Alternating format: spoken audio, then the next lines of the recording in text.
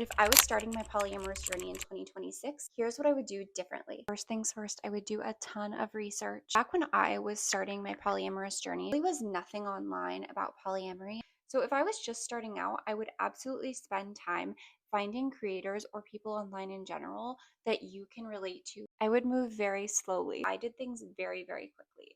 I moved quickly. I jumped into situations that weren't great for me quickly. It's just not a great time. Third, I would learn what agreements and boundaries are and the difference between the two. If you don't know, an agreement is something that you come to together with your partner or partners. This is a mutual agreement and decision that you make together. I don't like to call it a rule. It's an agreement because it changes, moves as you flow, and things happen and things feel differently. A boundary, however, is something that's more unmovable. A boundary can change, but it's not something that flows freely like an agreement. A boundary can be a hard boundary where it's an absolute no. It can also be a soft boundary where things change depending on a situation, but knowing those with your partners ahead of time is really key. If I was coming out as polyamorous now, I would have honestly approached family and friends differently in a way that felt right for me, doing everything to make everyone else feel comfortable and nothing to make myself feel comfortable. I would also read a ton of information. Luckily, we live in a time now where polyamory is becoming more talked about online, and there are a ton of books,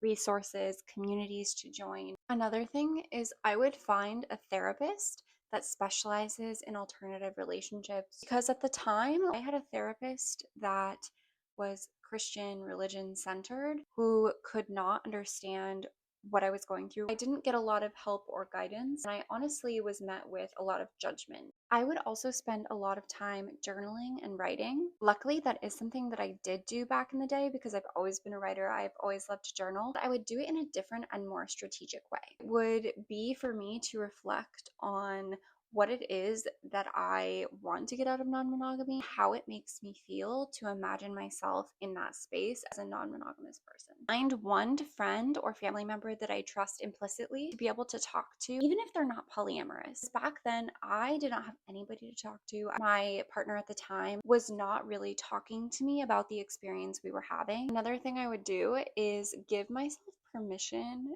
to mess up. I feel like for so long in my journey, I was wanting to be perfect. And if I messed up, I would get really upset and worry that I didn't do something correctly or that I hurt someone else or myself. And yes, it's good to be mindful of those things, but we're also human and we're not going to do everything perfectly. It's your first time living in the world, unless you've been reincarnated. That is where learning comes in. If you were starting your polyamorous journey in 2026, what would you do differently and why? Bye.